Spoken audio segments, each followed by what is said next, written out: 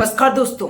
16वीं शताब्दी में east India नामक कंपनी हमारे देश में इंग्लैंड से आती है। ये हमारे देश में केवल 15 साल के परमिशन से आती है, लेकिन देखते ही देखते ये 15 साल 150 साल में तब्दील हो जाते हैं।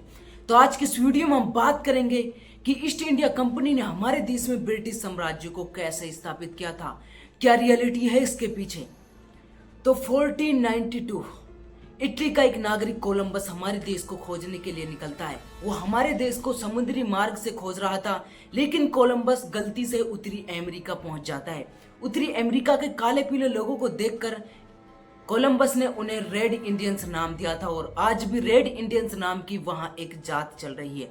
लेकिन जब वापस कोलंबस इटली आया तो उसे पता चला कि वो गलत देश यानी उत्तरी अमेरिका पहुंच गया और भारत नहीं पहुंच सका।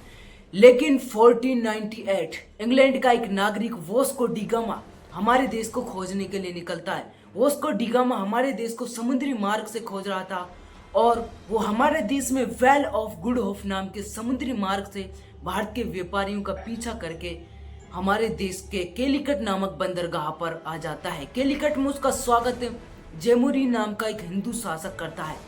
लेकिन वास्को डी गामा वापस 1502 ईस्वी को इंग्लैंड चला जाता है। लेकिन भारत की खोज तो हो चुकी थी, लेकिन भारत में इंग्लैंड वाले लोग कंपनी स्थापित करने चाहते थे, बिजनेस स्थापित करना चाहते थे, भारत में बिजनेस करना चाहते थे। भारत के ऊपर पहला अंग्रेज कदम रखने वाला पहला अंग्रेज रेलफिश उस टाइम भारत के ऊपर मुगल वंश का शासक था, और मुगल वंश में जहांगीर का शासक था। जहांगीर से कई बार रेलफिश ने भारत में बिजनेस और भारत में कंपनी स्थापित करने की मांग की थी, लेकिन हर बार जहांगीर ने रेलफिश को इग्नोर किया था।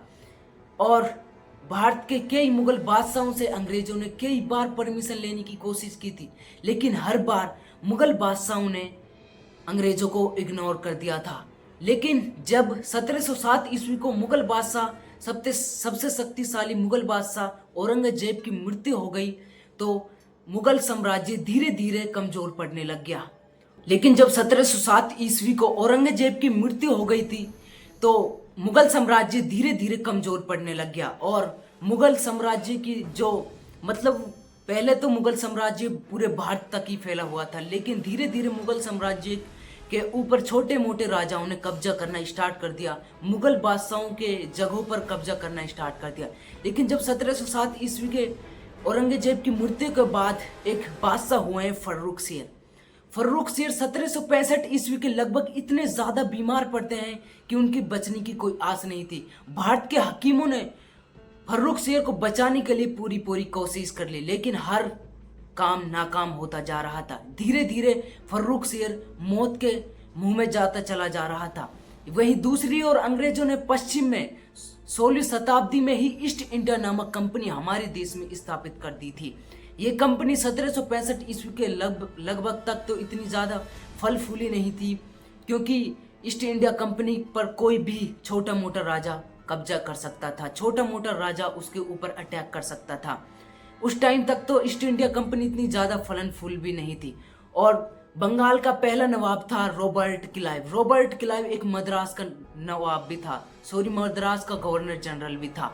लेकिन जब 1765 ईस्वी के लगभग फर्रुख शेर मौत के मुंह में चले जा रहे थे, तो तभी एक अंग्रेज आता है, जेम्स रेनिल नाम का एक अंग्रेज डॉक्टर फर्रुख शेर को ट्रीट करता है, और कुछ 6-7 महीने बाद फर्रुख शेर ठीक हो जाता है, जिसके कारण फर्रुख शेर सोचता है कि ये अंग्रेज तो बहुत अच्छे हैं, और इसलिए फर्रुख शेर जेम्स रेनिल को 10 गांव दान में दे देता है, और जेम्स रेनिल को एक वो बिजनेस सर्टिफिकेट बना के देता है। उस बिजनेस सर्टिफिकेट में फर्रुख शेर के साइन हुए पड़े थे, और फर्रुख शेर ने उनमें सीधा सीधा लिख रखा था कि अंग्रेजों से कोई भी बंदा टैक्स नहीं लेगा, कोई भी राजा टैक्स नहीं लेगा।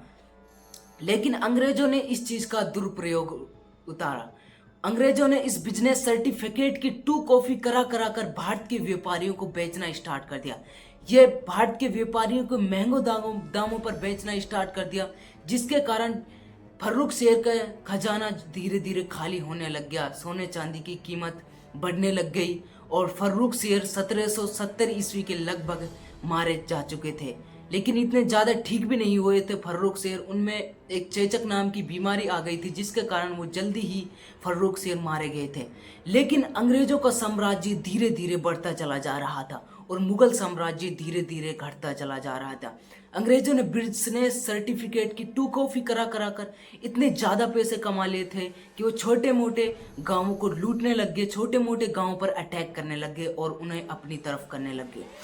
जब फर्रुख शेर ने जेम्स रेनिल को 10 गांव दान में दिए थे तो उनसे वो बहुत दुरुपयोग करते थे, उन गांवों को उनसे के साथ बड़ा बर्ताव करते थे, बहुत खराब बर्ताव करते थे, जिसके कारण भारत के लोग अंग्रेजों से काफ़ी ज़्यादा चिढ़ने लग गए थे। बंगाल का एक नवाब था सिराजुद्दौला। बंगाल के नवाब ने सबसे पहले अंग्रेजों का विद्रोह किया था, क्योंकि उस टाइम बंगाल का नवाब था और सिराजुद्दौला अंग्रेजों से काफ़ी ज़्यादा घृणा करता था, क्योंकि अंग्रेजों का बढ़ता हुआ साम्राज्य सिराजुद्दौला के लिए काफ़ी ज़्यादा कठिन होता जा रहा था। इसलिए अंग्रेजों और सिराजुद्दौला के बीच में 1764 ईस्वी को प्लासी का युद्ध लड़ा गया था। यह युद्ध सिराजुद्दौला और अंग्रेजों के बीच में हुआ था, लेकिन इस युद्ध में एक सबसे बड़ी चाल हो गई थी। जो सिराजुद्दौला का सेनापति था मीर जाफर, वो मीर जाफर अंग्रेजों से मिल चुका था। अंग्रेजों ने मीर जाफर को यह आश्वासन दिया था कि जब सिराजुद्दौला इस युद्ध को हार जाएगा तो अगला नवाब मीर जाफर को बनाया जाएगा। 1764 ईस्वी के लगभग सिराजुद्दौला और अंग्रेजों के बीच में युद्ध होता है, लेकिन सिराजुद्दौला इस युद्ध को हार जाता है, क्योंकि हारने का सबसे बड़ा रीजन उसका सेनापति था मीर जाफर। मीर जाफर युद्ध लड़ने के लिए तो जाता है, लेकिन सेना को अंग्रेजों से नहीं लड़ाता है, जिसके कारण सिराजुद्दौला सेना सहित 1764 ईस्वी के लगभग मारा जाता है। बंगाल का अगला नवाब बनता है मीर जाफर।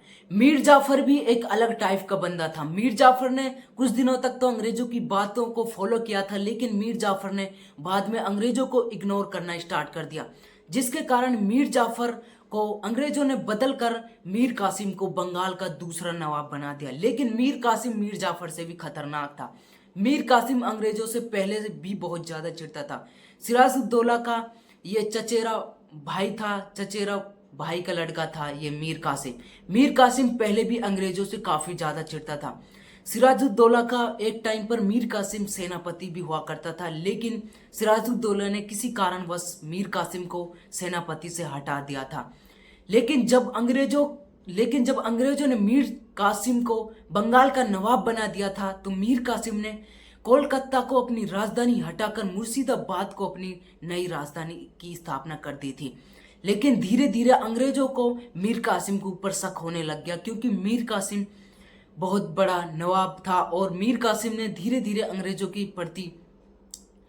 अंग्रेजों से गुस्सा करने लग गया, अंग्रेजों के प्रति वे युद्ध लड़ने लग गया। 1774 ईस्वी के लगभग अंग्रेजों और मीर कासिम के बीच में एक बक्सर का युद्ध हुआ था। बक्सर वर्तमान में बिहार में स्थित है। ये मीर कासिम और मुगल बादशाह आलम शाह और एक बंगाल का नवाब था वाजिद शाह के बीच में हुआ था। लेकिन वाजिद शाह और बंगाल का नवाब और मुगल बादशाह आलम शाह बक्सर के युद्ध को 1764 ईस्वी को हार जाते हैं। हारने का सबसे बड़ा रीजन मद्रास का गवर्नर जनरल रॉबर्ट क्लाइव ने अपनी सेना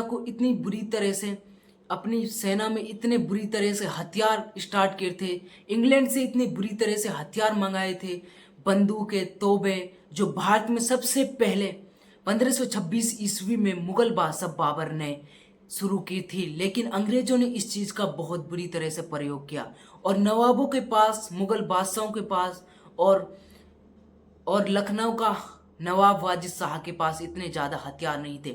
धीरे धीरे 1774 ईस्वी के लगभग इस युद्ध को भारत के लोग हार जाते हैं, बक्सर के युद्ध को, और रॉबर्ट क्लाइव कहता है कि अब तो हमें ही बंगाल का नवाब बनना पड़ेगा। और यहीं से शुरुआत हुई थी अंग्रेजों के विद्रोह की। अंग्रेजों ने हमारे देश को धीरे धीरे कब्जे में लेना स्टार्ट कर दिया। पहले उन्होंने बिहार को लिया, फिर उड़ीसा को, और लॉर्ड डलहौजी की गोद निषेध नीति के अकॉर्डिंग अंग्रेजों ने सतारा, पंजाब, उदयपुर, लखनऊ, अवध, बहुत से साम्राज्य को धीरे धीरे अंग्रेजी साम्राज्य में स्थापित करना स्टार्ट कर दिया। तो यहीं से शुरू हुई थी अंग्रेजों का विद्रोह और धीरे धीरे ईस्ट इंडिया कंपनी ने हमारे देश में एक बहुत बड़ा साम्राज्य स्थापित कर लिया, एक बहुत बड़ा ब्रिटिश साम्राज्य स्थापित कर लिया, जिसने हमारे देश में बहुत ज़्यादा भेदभाव किए थे, हमारे देश के लोगों को बहुत ज़्यादा मारने की कोशिश की थी, हमारे देश के लोगों के प्रति उनका भेदभाव बहुत बुरा था। तो यही थी रियलिटी ऑफ ब्रिटिश साम्राज्य। ईस्ट इंडिया कंपनी ने हमारे देश में कम से कम 150 साल तक राज किया था, और ये राज हमारी पॉलिटिक्स हिस्ट्री का इतना खतरनाक राज हुआ है। ऐसा राज ना तो मुगलों ने किया था, ना तुगलकों ने किया था, ना सैयदों ने किया था, किसी ने भी नहीं किया था। ये सबसे बुरा हाल जो हमारा देश में किया था वो सिर्फ अंग्रेजों ने किया था। अगर हमारे देश में उस टाइम हमारे देश में मीर कासिम या सिराजुद्दौला युद्ध को जीत जाते तो शायद आज भी हमारा देश सोने की चिड़िया कहलाता। लेकिन हमारे देश के हमारे देश के बड़े बड़े चूतिए पॉलिटिशियन थे, बड़े बड़े राजा थे, उन्होंने और हमारे देश के बड़े बड़े मीर जाफर जैसे नाम के बड़े बड़े सेनापतियों ने अंग्रेजों से घूस के कारण हमारे देश में अंग्रेजों का राज हो गया था। अगर आज भी हमारे देश में अंग्रेजों का राज नहीं होता तो शायद आज भी हमारा देश सोने का चिड़िया कहलाता। अगर गाइज आपको ये वीडियो अच्छी लगी तो वीडियो को लाइक शेयर सब्सक्राइब करना ना भूलें।